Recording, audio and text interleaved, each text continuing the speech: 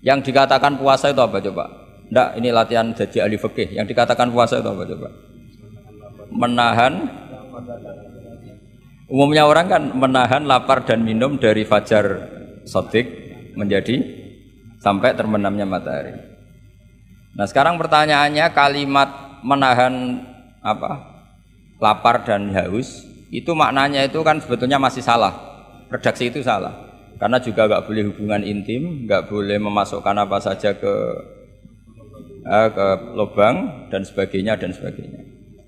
Terus lalu batasannya sampai matahari terbenam. Ada beberapa daerah yang terbenamnya matahari itu tidak wajar.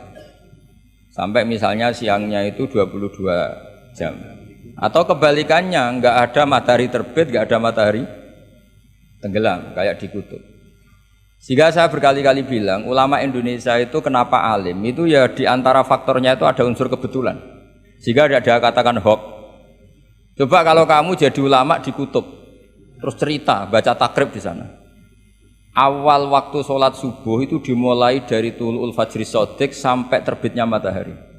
Orang kutub mesti tertawa-tawa, mataharinya mana bah? Waktu zuhur adalah ketika matahari agak tergelincir ke arah barat dari garis tengah. Wah yang bener aja. Tidak ada matahari kok semua ukurannya matahari.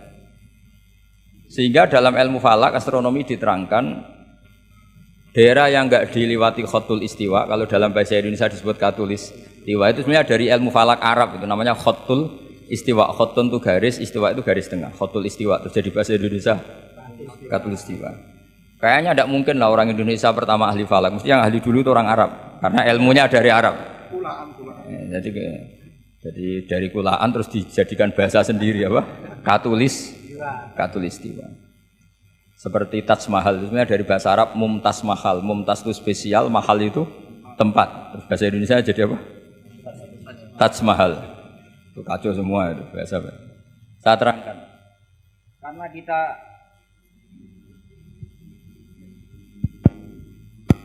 Karena kita ngaji di Indonesia, kebetulan Indonesia termasuk daerah yang dilewati apa? Katulistiwa. Sehingga waktu kita normal, trennya ya 12 sama berapa? 12. Nanti ada masalah itu misalnya kamu tadi di kutub, lalu puasanya gimana? Apa dikonversi, tetap polanya 16 jam, terus konversi per antar sholat itu kira-kira berapa apa? Jam? Taruh saja misalnya kamu sudah zuhur jam 12, ya trennya asarnya ya jam 3. Kan nggak mungkin habis zuhur jam 12, asarnya jam 1. Karena polanya tafawutnya antara zuhur dan apa? Asar itu 3 jam. Setelah zuhur sama asar sama maghrib polanya juga 3 jam. Maka yang seperti ini mau tidak mau harus ada pengecualian. Ketika Rasulullah misalnya ngendikan waktu asar itu khina yakunu dhillus syai' mislahu terus waqalilan misalnya. Waktu asar dimulai apa? Dhillus syai' mislahu. Jadi kalau sesuatu 1 meter bayangannya 1 meter. Lah pas lebih sedikit itu berarti sudah waktu asar. Kan gitu ukuran dulu kan nggak pakai jam. Ya. Terus habisnya waktu asar setelah matahari terbenam. Tentu dawuhnya Nabi seperti itu momentumnya di mana? Di daerah yang dilewati khotul istiwa. Karena yang tidak dilewati khotul istiwa tidak ngalami ada matahari terbit, terbenam dan zawalu samsi. Makanya tadi itsma min amin illa wa yatakhayyalu fi takhsis, sudah ada am, tidak ada kaidah umum kecuali sebetulnya pasti ada khusus. Ya kayak tadi. Mas kowe kepen opo wae tak dukung. Wah, terus aku yo pengen wayo wis taqabbal wa minkum taqabbal ya kari. Padahal kalimatnya apa saja. Tapi jangan lagi-lagi tentang itu. Kamu nggak bisa bantah, kan apa saja. Oh, udah sorong goblok gak pahaman kan mesti gitu, malah masalah besar itu. Sehingga di Quran itu selalu ada seperti itu. Misalnya ya sama lah, misalnya nikahi perempuan siapa saja yang kamu cintai. Ya tentu cinta yang kamu cintai itu tidak memasukkan ibu dan adik, karena itu mahram apa? Pasti ada, orang pasti paham. Boleh menikahi perempuan siapa saja yang kamu cintai, asal muslimah, asal sholat. Secara kaidah asal muslimah asal sholat kan memasukkan ibu dan saudara kandung atau adik kandung. Tapi kan nggak kebayang dalam nikah seperti itu. Jadi otomatis ada istisna. Makanya ini perlu dicatat ya. Makanya jangan sering dalil ayatnya begini berarti memasukkan apa saja, tidak bisa. Itsma min amin illa wa yatakhayyalu fihi takhsis. Nggak ada ayat umum kecuali prakteknya ada takhsis, ada kekhususan. Jelas ya? Apa saja? Misalnya gini, bohong itu haram. Ya pasti tidak semuanya. Ada bohong itu wajib. Ada perempuan dikejar-kejar sama begal mau diperkosa, terus sembunyi di rumah kamu. Kamu wajib jujur apa wajib bohong? Wajib jujur apa wajib bohong? Wajib bohong. Kalau kamu jujur namanya kebodohan. Bukan. Pak, cawe dok mau ning ndi? Monggo teng mriki kula dudono. Itu tidak jujur, itu goblok gitu. Ya ingat ya kaidahnya itsma min amin illa wa yatakhayyalu fihi takhsis. Sudah itu aja dihafalkan. Nanti sudah pinter sendiri itu. Sudah itu aja.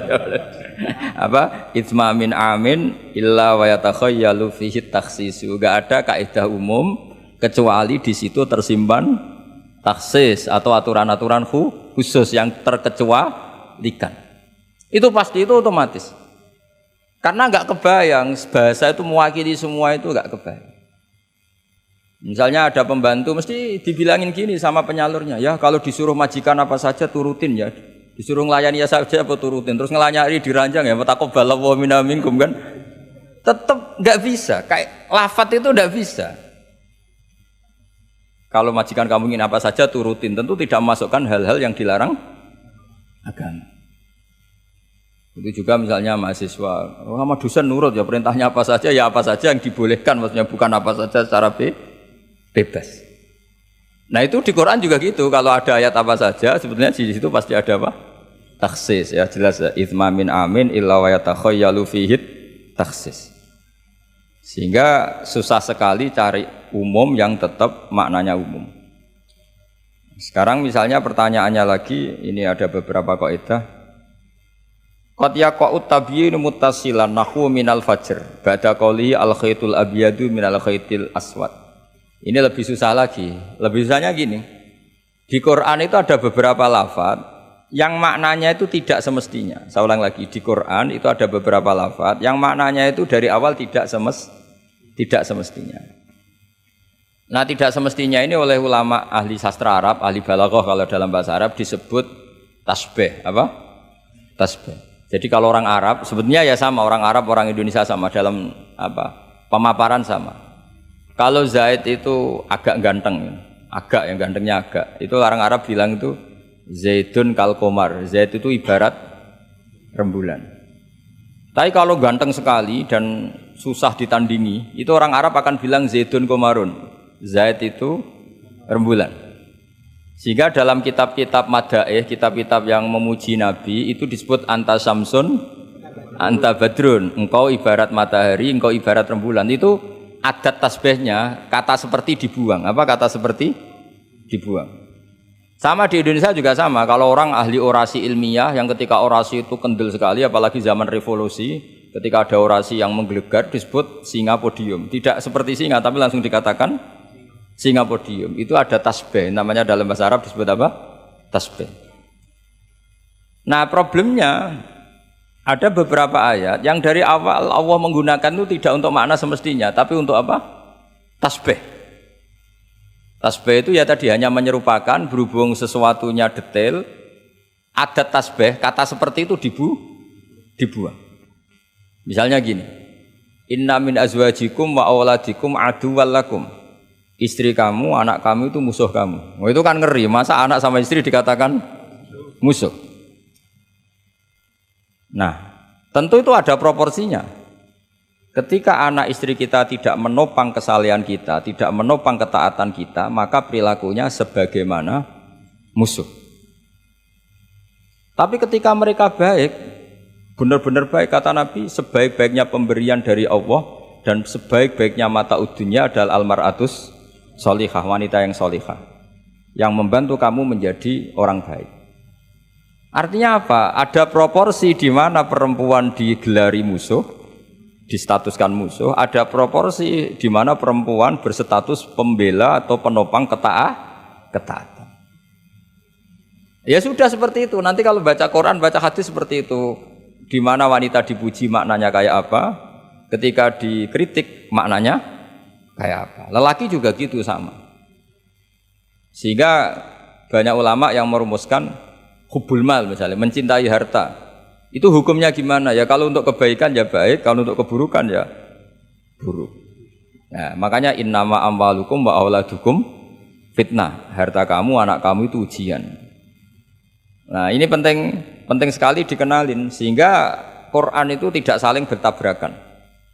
Ya, Quran itu tidak saling bertabrakan. Di ayat ini perempuan dipuji, di ayat ini perempuan dikritik. Misalnya tadi inna min azwajikum wa auladikum aduwal lakum, tapi ada ayat fassolihatu qanitatun hafidhatul lil ghaibi bima hafidha. Perempuan itu luar biasa, penjaga kedamaian, penjaga kehormatan, itu luar biasa dipuji.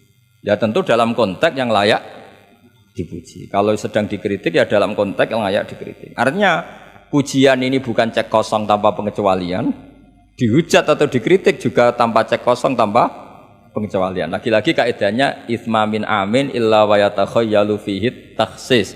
Tidak ada lafaz umum kecuali di situ terbayang ada kekhususan. Ya jelas ya. Jadi, nah kemudian kekhususan itu gimana? Kalau dalam ilmu fikih disebut menghilangkan masodak. Masodak itu, pokoknya ini tak pakai bahasa asli ya, biar nanti habis ngaji itu keren. Ini pasti pakai bahasa asli yang di usul fikih.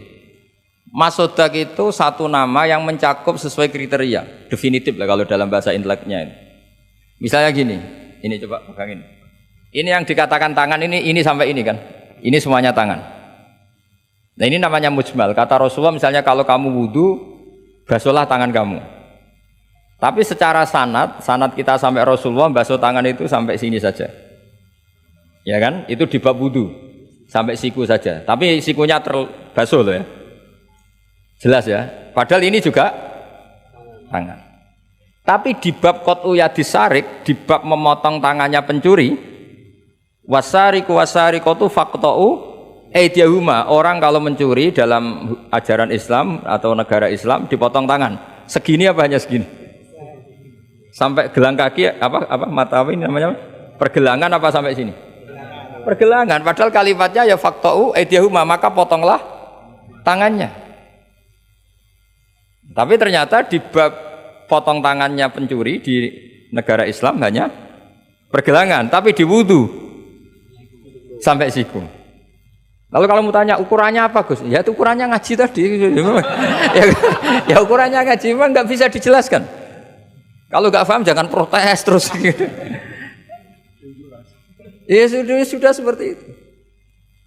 Apalagi misalnya di Quran disebut jika kamu tahallul dari haji maupun umroh, mukhalliki narusakum, itu lafadznya mukhalliki narusakum, memotong kepala. Masa setelah haji dibantai kan enggak? Nah itu ru'us di situ itu dengan makna apa? Rambut. Lalu pertanyaannya harus semua apa sebagian? Nah itu kan masalah. Nah itu namanya mujmal. Mujmal itu lafadz yang umum, masodak kalau dalam bahasa Arab. Kemudian kita mencari-cari sanad. Saya ulang lagi, kita mencari-cari sanad sampai Rasulullah dulu beliau maknanya kayak apa. Akhirnya ternyata Rasulullah kalau tahallul ada yang gundul, pelontos, didoakan sampai 3 kali, Allahumma marhamil muhallikin. Terus sahabat pada usul, wal muqassirin ya Rasulullah. Masyhur itu kan, ya Allah semoga orang yang cukur gundul engkau beri rahmat yang banyak. Sahabat yang enggak mau gundul usul wal muqassirin, juga yang cukur apa? Pendek. Nabi masih ngulang lagi, wa marhamil muhallikin. Mereka protes lagi, wal muqassirin ya Rasulullah, tapi Nabi masih enggak mau gantikan apa? Nah, terus baru ketiga sudah disebut, baru yang terakhir bilang apa? Wal muqassirin, juga yang cukur pendek. Lalu ukurannya apa? Imam Syafi'i milih qadru'un mulatil asbu, sekadar apa? Ujungnya apa? Jari. Sehingga pokoknya kira-kira segini. Jumlahnya minimal berapa? 3. Nah seperti itu mau tidak mau lafadz itu mujmal. Kita tidak pernah bisa tahu tanpa sanad ke Rasulullah Shallallahu Alaihi Wasallam. Karena Nabi yang punya otoritas litubayyina linnasi ma nuzzila ilaihim. Kamu Muhammad yang punya otoritas menjelaskan apa yang saya turunkan.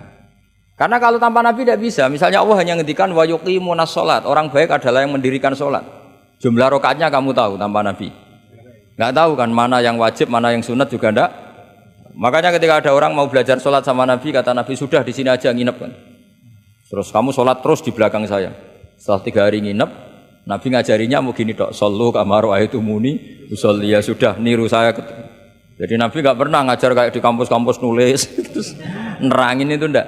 Kalau ada orang belajar sholat, ya Rasulullah saya ajarin sholat sebagaimana sholat engkau. Ya sudah nginep di sini 3 hari, kamu sholat di depan.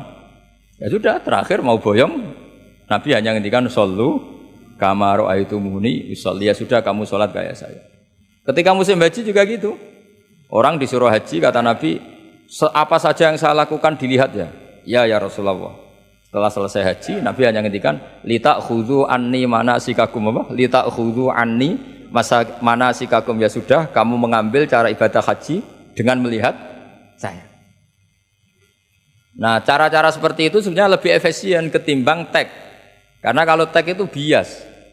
Sudah bias, kalau umum mesti potensi taksis, ya potensi apa? Taksis.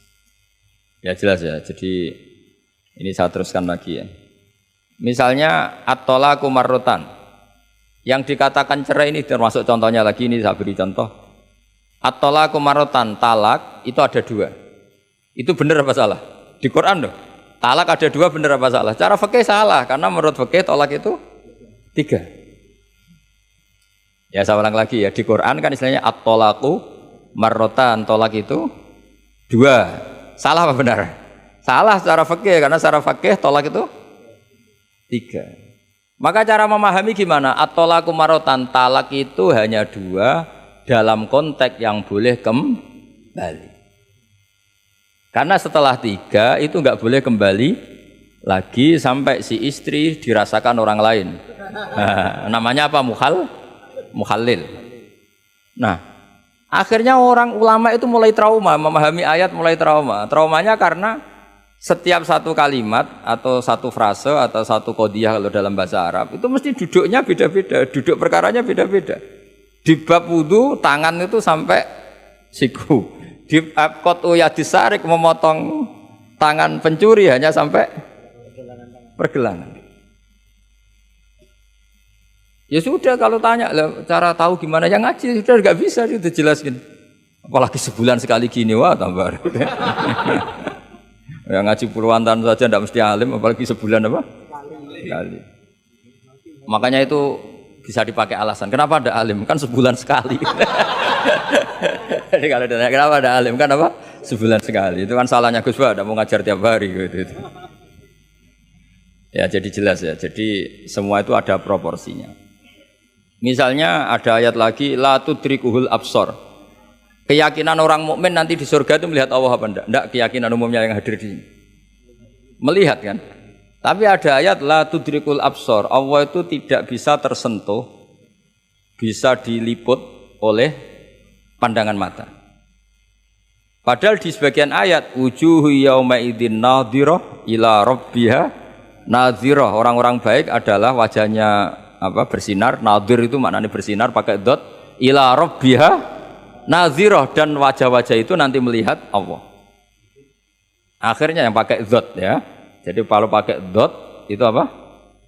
Bersinar, wujuhu yauma idzin nadhirah, terus apa? Ila rabbiha nadhirah. Nah, akhirnya ulama cara berpikir gini. La tudrikuhul absor wa huwa yudrikul absor wa huwal latiful khabir. Meskipun kita melihat Allah itu tidak mungkin ikhatoh. Ikhatoh itu terus paham detail. Ya, paham apa? Detail. Karena bagaimanapun Allah itu qadim. Qadim itu la yutakayyaf. Enggak kebayang. Apapun hebatnya kita, perangkat kita ini semuanya profan, semuanya hadis. Sementara Allah adalah zat yang tidak terbatas. Sehingga ya sudah, kita tidak akan melihat secara utuh, secara sempurna sampai kita paham. Tapi seperti itu sudah bisa dikatakan melihat. Paham ya? Misalnya Anda melihat Merapi dari jauh, sudah bisa dikatakan Melihat. Tapi jangan disuruh detail, pohonnya apa saja. Nah itu kan nggak ngerti detail. Ya kira-kira gambarannya seperti itu. Jadi la tudrikul absor ada makna khususnya, yaitu sampai menguasai, sampai memahami. Ila rabbiha nadhirah, ya melihatnya sampai apa sih kira-kira? Ya sudah seperti itu. Makanya semua kalimat ngendikane ulama, semua kalimat itu proporsional. Kamu bilang mencintai istri, sama ibu ya bilang mencintai, saya teman yang kamu cocok ya mencintai. Lalu makna mencintai itu gimana coba? Mencintai ibu ada maknanya sendiri, mencintai istri ada maknanya sendiri, terus mencintai simpanan ini yang repot. Itu maknanya juga sendiri lagi. Mencintai teman sendiri lagi, mencintai uang maknanya ya semuanya dengan kata mencintai. Misalnya orang mukmin disebut walladzina amanu asyaddu hubbalillah, orang mukmin itu sangat mencintai Allah. Kalau mencintai Allah itu dengan mencintai manusia itu beda. Aturannya juga beda. Kata para ulama kalau Allah itu suka kalau dimintai. Tapi kalau kamu mencintai seseorang kamu sering minta, wah itu istaqabbalallahu minna. Jadi Allah itu suka apa? Allahu yaghdabu in tarakta su'alahu wa banu adama yaghdab. Jadi Allahu yaghdabu in tarakta su'alahu. Allah justru tersinggung kalau orang yang mencintai dia kemudian tidak sering-sering minta. Tapi kalau Bani Adam semakin sering dimintain malah nafsu ya, malah tersinggung, malah capek. Jadi sama-sama kalimatnya juga mencintai. Nah bayangkan Quran itu seperti itu. Min awali hatta akhiri, lafaz ini semua proporsional. Apa? Semua itu proporsional. Sehingga cara maknani gimana ya tadi? Ada am, ada khos, ada mujmal, ada muqayyad. Makanya kita akan selalu berdebat, misalnya ya selalu, saya ulang lagi, selalu berdebat. Madhab kiblat itu sebetulnya harus persis apa enggak? Ya tadi saya seperti ngaji saya kemarin. Kalau dalam konteks Indonesia asal kelihatan ke barat ya sudah keceluk madhab apa? Kiblat. Karena kalau detail, saya ulang lagi, kalau detail berarti semua masjid itu maksimal luasnya hanya 18 meter. Karena Ka'bah diameternya hanya 18 meter. Sekali yang di ujung sana, wah pasti melencengnya jauh itu. Jangan-jangan yang melenceng pas imamnya malah. Karena kalau Ka'bah 18 meter yang ujung sana berarti imam yang di sini, oh bisa sampai Ethiopia. Iya kan? Nah, itu kalau harus detail juga Ka'bah orang sholat harus cekung. Nah kalau cekung bisa menuju ke satu titik. Tapi mana ada ajaran masjid apa? Cekung. Maka seperti itu dari awal Allah tidak menghentikan Ka'bah. Fawalli wajhaka syatrul masjidil haram. Satra itu nahwa. Ya sudah yang penting kamu menghadap ke arah masjid haram. Bukan ke ainal masjidil haram yang detail. Jadi satra itu nahwa. Nahwa itu ya pokoknya ke sana. Nah itu yang dimaksud yuridu wa bikumul yusra wala yuridu bikumul usra. Agama ini gampang, kenapa dipersulit? Jangan kayak birokrat tertentu, kalau bisa sulit kenapa dipermudah? Karena banyak kepentingannya apa? Ya terus saya teruskan lagi. Ini contoh-contoh. La tud ukhidlat lakum bahimatul an'ami illa ma yusla alaikum. Terus ada lagi wa aufu bi ahdi ufi bi ahdikum. Ini contoh-contoh yang disebut oleh Imam Suyuti. Walillahi 'alan nasi hijjul bait. Maksud beliau dengan contoh-contoh itu begini ya. Misalnya kulluman 'alaiha fan, semua ini kalau kiamat nanti rusak semua. Pertanyaannya gini, Gus lalu panitia kiamatnya gimana? Misalnya Israfil yang masyhur jadi panitia kiamat itu kan Israfil kan sekarang sudah pegang apa? Trompet. Kalau trompet pertama malam itu gunjang terus trompetnya ceblok baru separuh itu kan terus gak jadi kiamat. Maka ulama mikir ini yang ya sudahlah kecuali panitianya gitu mesti akhirnya. Karena kalau ini panitianya ikut guling apalagi wah trompet sama mana ini belum selesai kiamat kalau sudah apa jatuh. Bisa dibayangkan kan kalau niupnya dari atas jatuhnya di Kaliurang. Oh udah gitu dekat Mbak Marijan susah nyarinya itu. Makanya ulama selalu mengecualikan kuluman aliyafan itu ada pengecualiannya. Misalnya kecuali panitia kiamat. Sehingga di Quran itu ada pembenaran pengecualian itu, yaitu ada ayat wa yahmilu arsya rabbika fawqahum yauma idzin samaniyah. Dadi wa yahmilu lan gawa arsya rabbika ing arase pangeran sira. Fawqahum kang pangeran sak dhuwure para malaikat. Sapa samaniyatun malaikat walu. Jadi ketika kiamat dahsyat itu masih ada malaikat 8 yang masih happy-happy saja. Masih santai saja. Karena dia panitia. Ini kalau sampai makanya masyhur. Ya, itu kan jadi yauma idzin wa yahmilu arsya rabbika fawqahum yauma idzin. Di hari kiamat itu ada malaikat yang masih enggak rusak, yaitu termasuk 8 malaikat panitia apa? Kiamat. Maka Israel itu, semoga ikut ngaji di sini Israel itu. Israel itu kacau. Kacaunya itu dia tahunya itu terlambat, masyhur itu. Setelah orang mati semua nanti di kiamat, kamu sudah tidak tahu, sudah mati. Ini saya tahu ya di kitab. Setelah mati semua, Allah tanya, Israel sudah mati semua? Sudah Gusti. Sudah semua, sudah. Masih satu. Mana Gusti tak coplokin nyawane katanya. Kamu katanya. Wah setelah itu Israel sudah cabut sendiri nyawa kamu. Itu kesakitannya Masya Allah. Tapi dia sekarang belum tahu, kalau itu sakit belum tahu, sekarang itu belum tahu. Makanya semoga dengarin supaya tahu. Warang sakit terus, gimana sakit Gusti, sakit sekali. Terus Israel bilang gini, kalau saja saya tahu kalau dicabut nyawa itu sakit, saya tidak main coba cabut. Ternyata sakit. Pakai cara apa saja. Jadi tapi dia itu nanti, nyesalnya nanti.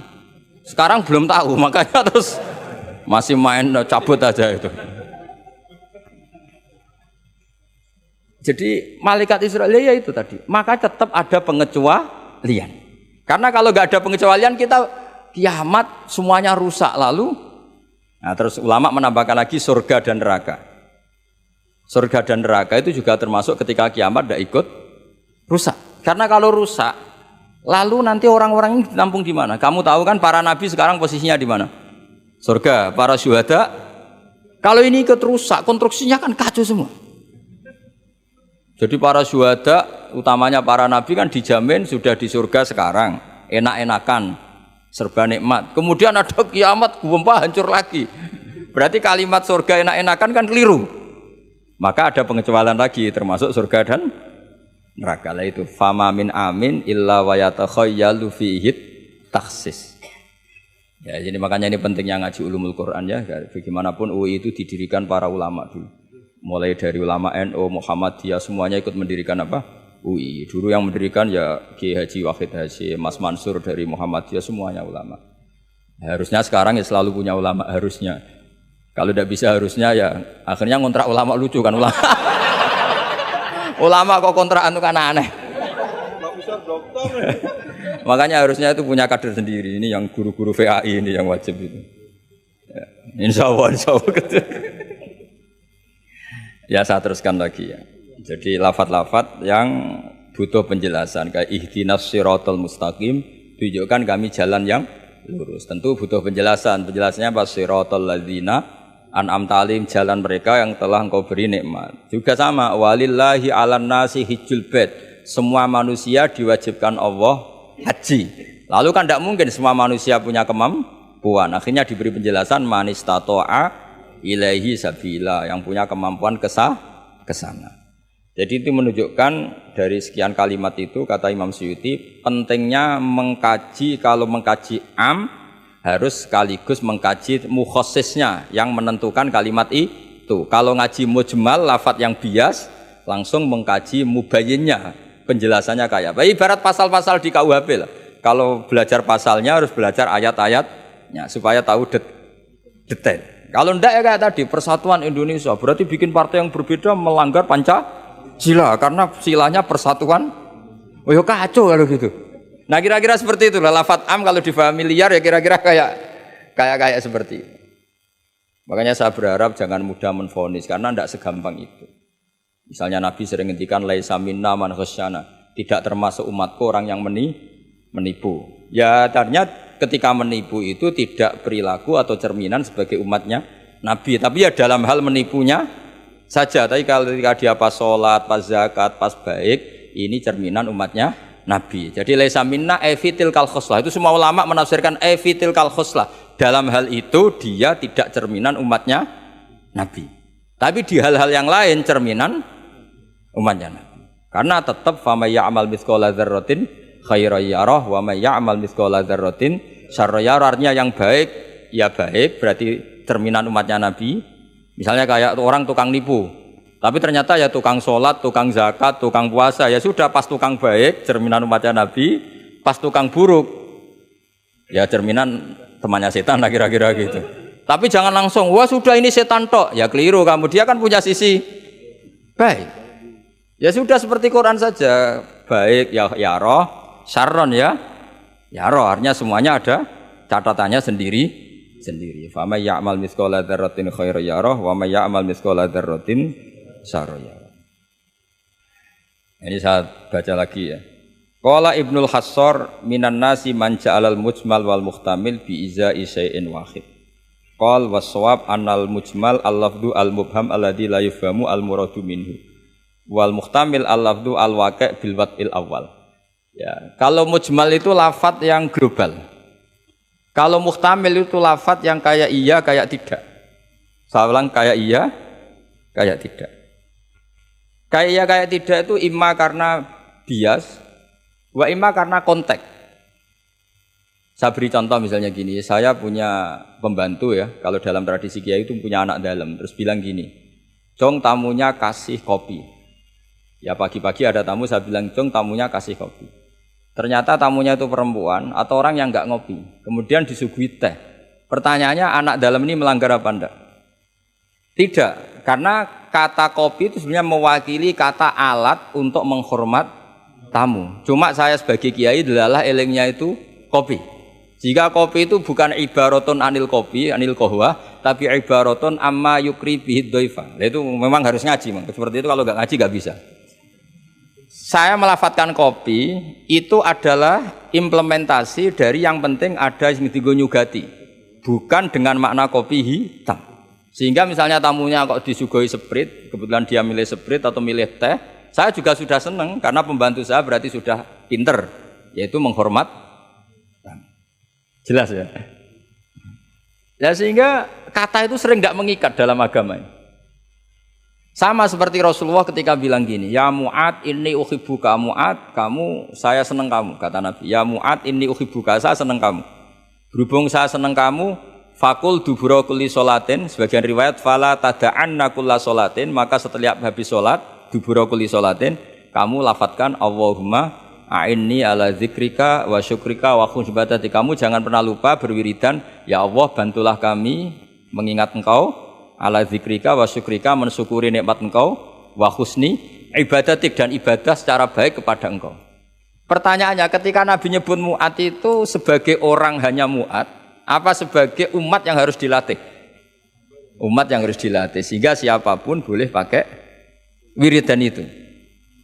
Ya makanya terus di balaghatul Arab itu ada aturan zikrul ba'di wa iradatil kul. Ketika nyebut sebagian, bisa yang dimaksud itu siapa saja. Ketika saya nyebut kopi, sebetulnya itu alat atau perangkat atau minuman yang dipakai hormat tamu. Tidak harus bentuknya kopi hitam. Tapi kalau orang tertentu yang memang hobinya ngopi, ayo cari warung kopi.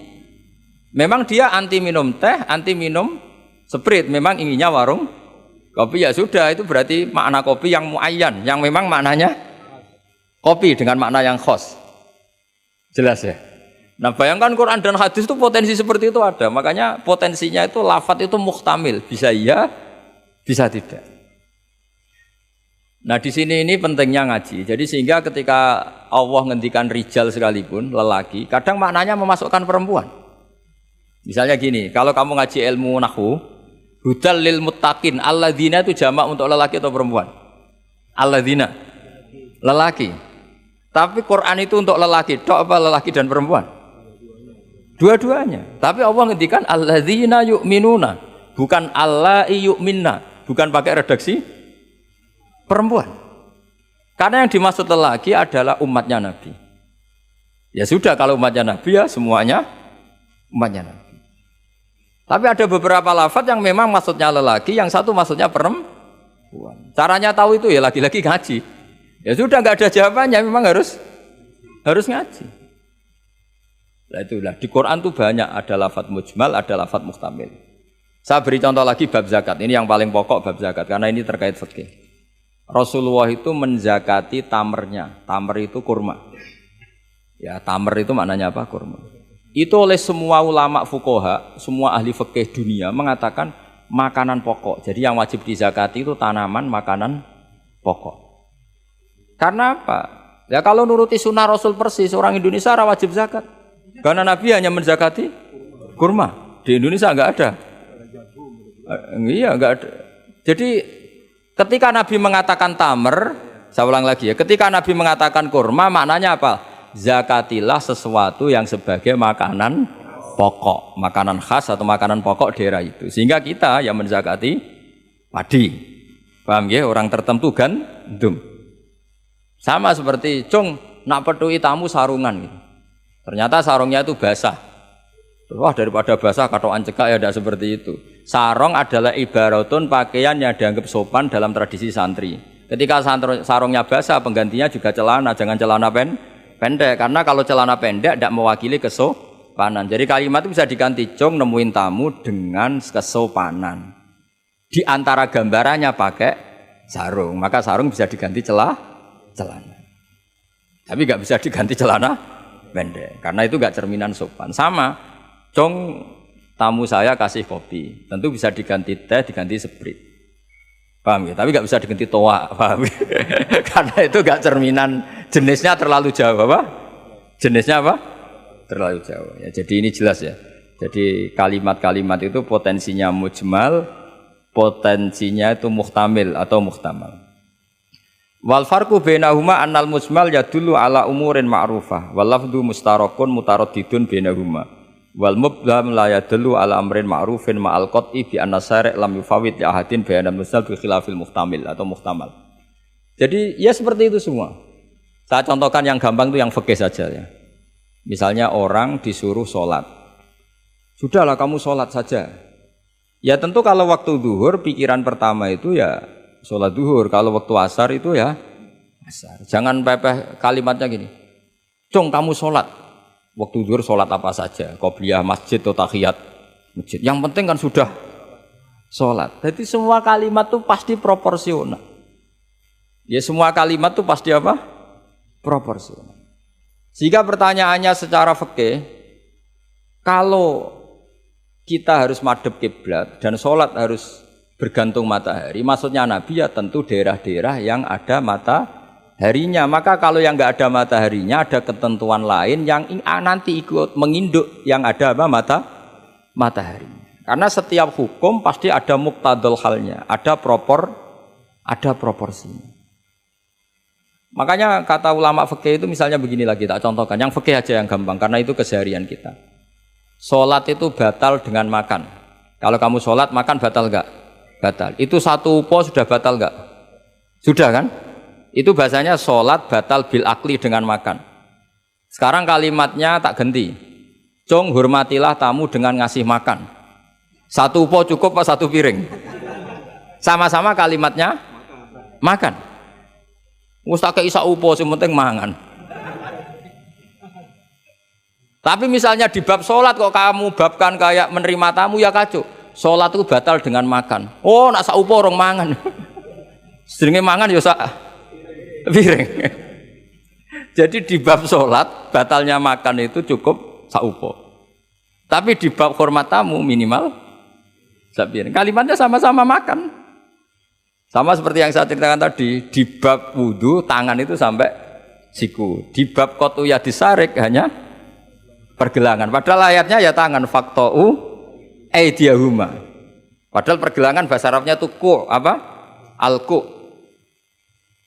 Itu bab-bab yang oleh ulama disebut nanti kalau kamu ngaji Quran, kamu harus hati-hati karena ada lafadz mujmal, ada lafadz muhtamal, ada am, ada khas. Ya saya kira demikian, nanti pengajian berikutnya nanti apa dicari, nanti tak umumkan pas ngaji aja.